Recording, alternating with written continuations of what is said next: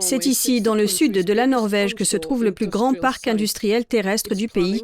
Il est prévu qu'il devienne entièrement électrique en remplaçant l'utilisation de gaz naturel par de l'électricité provenant du réseau. Le projet s'inscrit dans le cadre d'une initiative nationale visant à réduire les émissions de CO2 et à se conformer à l'accord de Paris sur le climat de 2015. L'une des entreprises présentes ici est le fabricant d'engrais Yara International.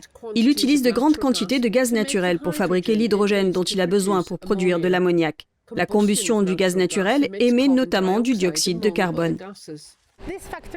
Cette usine émet actuellement 800 000 tonnes de gaz à effet de serre et chez Yara, nous devons faire quelque chose. Et la meilleure solution est d'électrifier l'usine. À l'avenir, elle espère produire l'hydrogène dont elle a besoin à partir de l'électricité, mais pour l'instant, l'offre d'électricité ou la capacité du réseau ne sont pas suffisantes pour permettre une électrification à grande échelle. Le directeur du site industriel de Herøya a déclaré qu'ils auraient besoin de 5 fois plus d'énergie. La construction d'une nouvelle infrastructure pour alimenter le site peut également s'avérer problématique. Ce dont nous avons besoin, c'est de plus de lignes électriques. Et vous savez, les lignes électriques ont toujours un problème parce que les gens n'aiment pas les avoir dans leur jardin. Et c'est la même chose dans cette région. Nous devons donc convaincre les habitants que nous avons besoin de ces lignes électriques et nous avons besoin d'environ 5 fois plus d'énergie que ce que nous avons aujourd'hui. C'est énorme.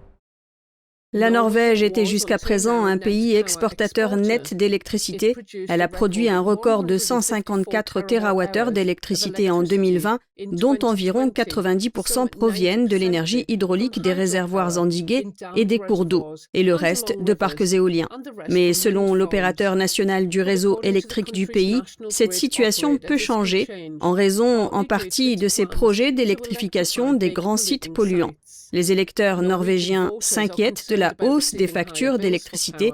Historiquement, les réserves naturelles d'énergie, sous forme d'hydroélectricité, ont permis des prix bon marché. Tout le monde se bat pour le peu de pouvoir que nous avons, donc je pense que nous devons y arriver. Mais ce sera très, très difficile. Les possibilités de développement de l'hydroélectricité sont limitées et la construction d'éoliennes se heurte à des résistances. Début mars, des militants autochtones et écologistes, dont la Suédoise Greta Thunberg, ont bloqué les entrées du ministère de l'Énergie pour protester contre la construction de 151 nouvelles éoliennes sur des terres utilisées par les éleveurs de rennes du peuple autochtone Sami. Le ministre du Pétrole et de l'Énergie, Terje Aasland, a déclaré que les autorités faisaient tout ce qui était en leur pouvoir pour éviter de faire de la Norvège un importateur net d'électricité.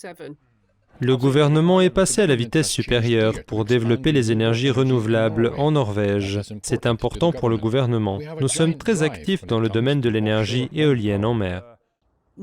La Norvège s'est déclarée prête à réduire l'approvisionnement d'autres pays si nécessaire.